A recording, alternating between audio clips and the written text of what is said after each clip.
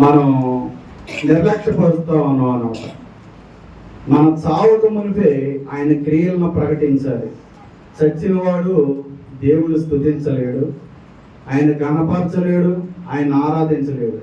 బ్రతికి ఉన్న మనం ఖచ్చితంగా ఆయన ఆరాధించాలి, ఆయన స్తుతించాలి, అనేక చోట్ల ఆయన ప్రకటించాలి. ఆయన శిలువ త్యాగాన్ని, ఆయన మరణాన్ని, ఆయన పునరుత్థానాన్ని, మన కోసం దేవుడు త్యాగం చేసి తన విలువైన రక్తాన్ని మన కోసం ఇచ్చి ఎలాగ మనలో తన సొత్తైన ప్రజలుగా చేసుకొని ఉన్నాడో ప్రతి ఒక్కటి కూడా మనం వివరించాలి. ఆయన హస్తం కింద మన ప్రతిదినం కూడా ఉంటున్నాం. సజీవులై ఆయన క్రియలను ప్రకటించాలని చెప్పి దేవుడు చెప్తున్నాడు. ఎప్పుడైతే ఆయన క్రియల్లో మనం ఆయన చేసిన మేలు మర్చిపోకుండా అనుదినం మనం చేసే పని దగ్గర కానీ మనం మాట్లాడే ప్రతి చోట కానీ ఆయన ప్రకటించడానికి ప్రయాసపడాలి. ప్రయాసపడకపోతే ఏమైందంటే ఆయన ప్రకటించలేము. ఒక సువార్త అంటే ఇక్కడ నుంచొని ప్రకటించడమే కాదు, కానీ మన జీవితంలో జరిగే ప్రతి మేలు కూడా జనులకు వివరించాలి. మీరు చేసే పనిపాట్ల దగ్గర కూడా నాకు ఈ మేలు జరిగింది, ఫలానా రోజు యాక్సిడెంట్ నుంచి తప్పించబడ్డాను, ఆ కుటుంబంలో ఈ కార్యం జరిగిందని మీరు చేసే ప్రతి చోట కూడా ప్రకటించాలి దేవుడిని. ఆ ప్రకటించడం వలన ఏమైందంటే దేవుడు మహిమపరచబడతారో అక్కడ నుంచి కొంతమంది మనుషులు మారి ఈ యొక్క మందిరానికి రాబడతారు, వారి కుటుంబాలు కూడా ఆశీర్వదించబడతాయి. కనుక మనం ఆయన హస్తం కింద ప్రతి మేలును పొందుకునే వారంగా ఉన్నాం, కానీ ఆయన ప్రకటించే వారంగా ఉండట్లేదు.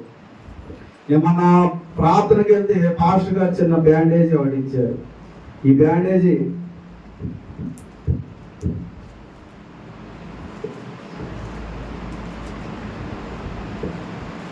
ఇక్కడ గుర్తులు కనపడుతున్నాయా?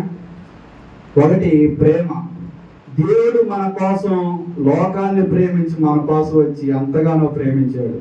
కానీ మనిషి ఆ ప్రేమ విలువైన రక్తాన్ని, త్యాగాన్ని విడిచిపెట్టి లోకం వైపు తిరిగి తన కుటుంబాన్ని, తనకు తానుగా తన జీవితాన్ని పాడు చేసుకుని లోకంలో గలిబిలి అయిపోతున్నాడు.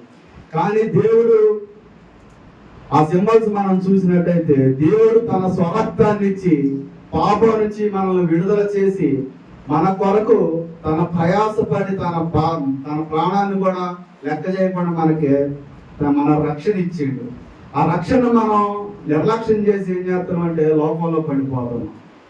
లోకంలో పడిపోకుండా ఉండటం కోసం ఈ బల్ల ఆయన విలువైన రక్తంలో మనం చేయి పెడుతున్నప్పుడు ఎంతగా ప్రయాసపడాలి, ఎంతగా జీవించాలి, మన పాపం నుంచి మనం ఎలా జీవిస్తున్నాం, దాన్ని విడిచిపెట్టి మనం ఉంటున్నామా లేదా నటించేవారుగా ఉంటున్నామా అన్నది మనం జ్ఞాపకం చేసుకోవాలి.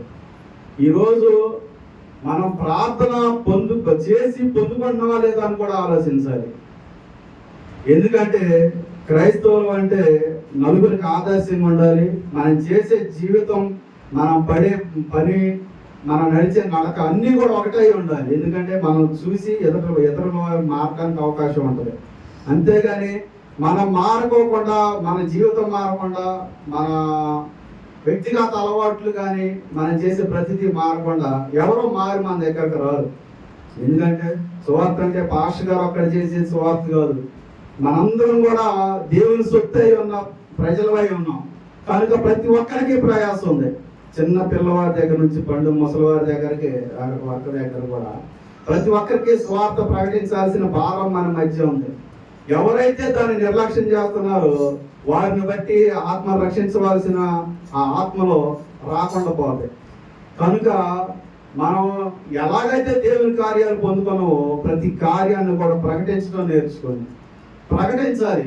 మన హృదయంలో మనం పెట్టుకోవడం వల్ల ఉపయోగం లేదు. మీరు మందిరంలో కాదు సాక్ష్యం చెప్పాల్సింది, బాహాటంగా బయట చెప్పాలి. దేవుడు నాకు ఈ కార్యం చేసిండు, నేను పలానా స్థితిలో నుంచి ఈ స్థితిలోకి బయటపడ్డాను అని చెప్పేసి బాహాటంగా బయట చెప్పాలి. ఈరోజు సువార్త చెప్పడానికి బయట అవకాశం లేదు.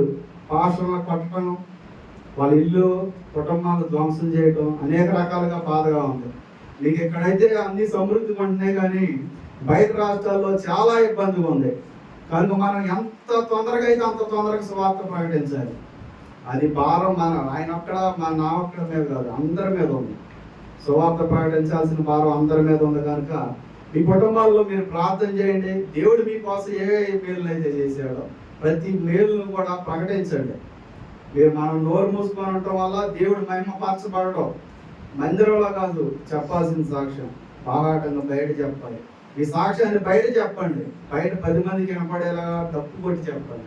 అప్పుడు 10 మందికి కూడా ఈ గొప్ప దేవుడు ఎక్కడ ఉన్నాడా అని ఎత్తులాడుకుంటూ వస్తారు. అది ప్రతి ఒక్కరు కూడా ప్రార్థన చేయండి. ఈ యొక్క చిన్న మాటలు మీ హృదయాల్లో నాటపడినాయి అని నేను అనుకుంటున్నాను. కనుక ప్రతి ఒక్కరు కూడా ప్రార్థన చేయండి. సాక్ష్యాన్ని ప్రకటించండి. సాక్షివే సువార్త ఉన్నది కనుక సాక్ష్యాన్ని ప్రకటించండి. ఆమేన్.